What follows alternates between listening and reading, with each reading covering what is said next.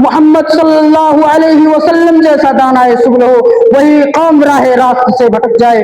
کیا یہ مقام افسوس نہیں کہ جس قوم کے ہاتھوں میں قرآن جیسا چراغ ہو وہی قوم دنیا کے خش و خاشاک میں الجھ کر رہ جائے؟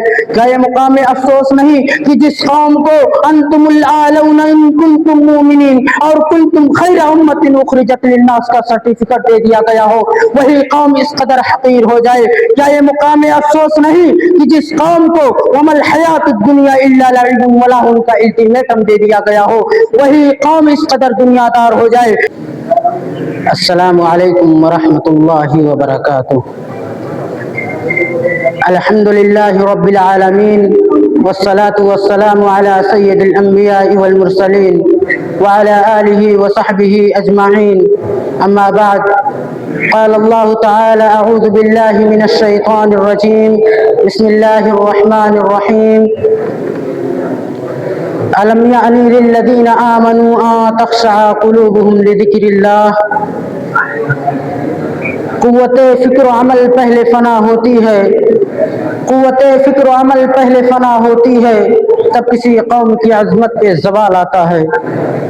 معزز و مکرم صدر محترم، مشرق اساتذہ کرام اور پیارے ساتھیوں، آج کے اس پر رونق مجلس کے اندر میں جس موضوع کو لے کر آیا ہوں، میرا موضوع بیان ہے یہ امت خرافات میں کھو گئی۔ محترم سامعین کرام، اگر کوئی شخص ہم سے یہ کہے کہ تاج محل دنیا کی سب سے بدصورت عمارت ہے، قطب مینار دنیا کا سب سے نیچا مینار ہے، ہمالیہ دنیا کا سب سے پست ترین پہاڑ ہے، تو اس وقت ہماری حیرت کا کیا حال ہوگا؟ یہ بیان سے باہر ہے۔ لیکن اگر کوئی شخص ہم سے یہ کہے کہ محمد صلی اللہ علیہ وسلم کی امت دنیا کی سب سے رذیل ترین امت ہے، تو اس وقت ہمیں ذرہ برابر بھی تعجب نہ ہوگا۔ حالانکہ اگر دیکھا جائے تو یہ اس سے کہیں زیادہ حیرت اور تعجب کا مقام ہے۔ کیا یہ افسوس کا مقام نہیں کہ جس قوم کا رہنما محمد صلی اللہ علیہ وسلم جیسا دانائے سبل ہو وہی قوم راہ راست سے بھٹک جائے؟ کیا یہ مقام افسوس نہیں کہ جس قوم کے ہاتھوں میں قرآن جیسا چراغ ہو وہی قوم دنیا کے خش و خاشاک میں الجھ کر رہ جائے؟ کیا یہ مقام افسوس نہیں کہ جس قوم کو انتم الاعلون ان کنتم مؤمنین اور کنتم خیر امت اخرجت للناس کا سرٹیفکیٹ دے دیا گیا ہو وہی قوم اس قدر حقیر ہو جائے؟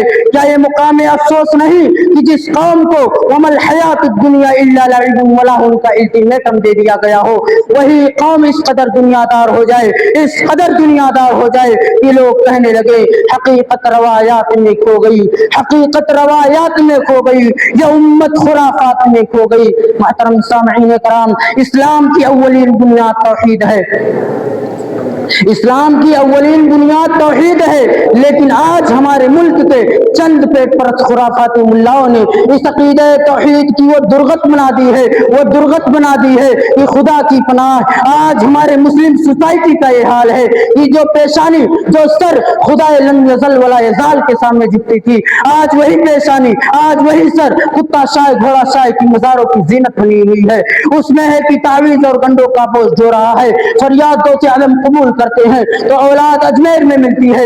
افسوس کہ ان بدعتی ملاؤں نے اس عقیدہ توحید کو کیا سے کیا بنا دیا۔ صرف یہی نہیں بلکہ محبت رسول کی آڑ میں کیا سے کیا خرافاتیں کی ہیں، اگر ان کو بیان کیا جائے تو کلیجہ منہ کو آنے لگتا ہے اور زبان اس کی ادائیگی سے انکار کرتی ہے۔ افسوس کہ ان بدعتی ملاؤں نے اس عقیدہ توحید کو کیا سے کیا بنا دیا۔ صرف یہی نہیں بلکہ محبت رسول کی آڑ میں کیا سے کیا خرافاتیں کی ہیں، اگر ان کو بیان کیا جائے تو کلیجہ منہ کو آنے لگتا ہے اور زبان اس کی ادائیگی سے انکار کرتی ہے۔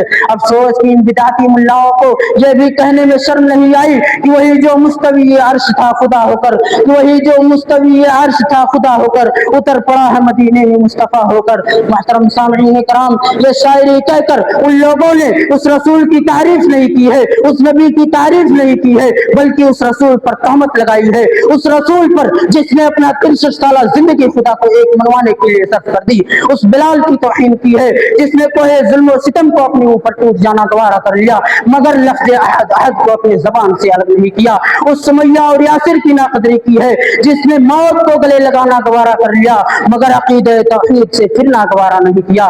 محترم سامعین کرام، اور آگے چلیے، اس امت کے خرافات کا داستان یہیں پر ختم نہیں ہوا، بلکہ آپ جس رخ سے دیکھیں گے، جس راستے سے دیکھیں گے، جس موڑ سے دیکھیں گے، خرافاتوں کا مجموعہ نظر آئے گا۔ قرآن کہتا ہے قل للمؤمنین یغضوا من ابصارهم ویحفظوا فروجهم کہ اے نبی پاک، آپ مومن مردوں سے کہہ دیجئے کہ وہ اپنے نگاہوں کو نیچی رکھیں اور اپنے شرمگاہوں کو پست رکھیں اور اپنے شرمگاہوں کی حفاظت کریں۔ محترم سامعین کرام، لیکن آج ہمیں کوئی چیز سب سے زیادہ دیکھنا چاہتی ہے تو وہ اوریا ویڈیوز ہیں، فلمی پوسٹریں ہیں۔ آج ہمیں کوئی چیز سب سے زیادہ محبوب ہے تو وہ موبائل کی اسکرین ہے۔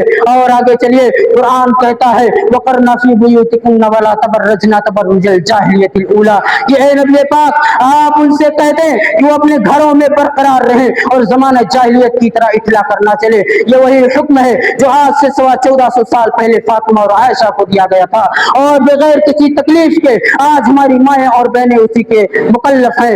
لیکن میں پوچھنا چاہتا ہوں، میں سوال کرنا چاہتا ہوں کہ آج بھی پردے کا اہتمام وہی ہے؟ ہرگز نہیں۔ ایک وہ تھی جو گھر سے ضرورت پڑنے پر بادلے ناخواستہ نکلتی تھی، ایک یہ ہے کہ گھروں سے نکلنے کے لیے ضروریات پیدا کرتی ہے، ایک وہ تھی جو غیروں کو ناخون تک دکھانا گوارا نہیں کرتی تھی، ایک یہ ہے جو انہیں چہرہ دکھائے بغیر انہیں چین نہیں آتا، ایک وہ تھی جو سڑکوں پر عام چال چلنے سے بھی جھجکتی تھی، ایک یہ ہے کہ سڑکوں پر اس قدر ناز سے پہلو بدل بدل کر چلتی ہے کہ ہرنی کو بھی شرم آ جائے۔ کسی شاعر نے کیا خوب عکاسی کی ہے، یہی بے باک دوشیزہ جو اب اطلاع کے چلتی ہیں، یہی بے باک دوشیزہ جو اب اطلاع کے چلتی ہیں، بہت معصوم تھی کل تک، بہت نادان تھی کل تک، نہ ہونٹوں پر لپسٹک تھی، نہ رخساروں پہ غازہ تھا، بھلا کیا زندگی تھی اس کا ہر انداز سادہ تھا۔ محترم سامعین کرام، خلاصہ کلام یہ ہے کہ کیا ہماری تخلیق اسی لیے ہوئی تھی کہ ہم نام کے مسلمان رہیں اور کام سے عاری ہوں؟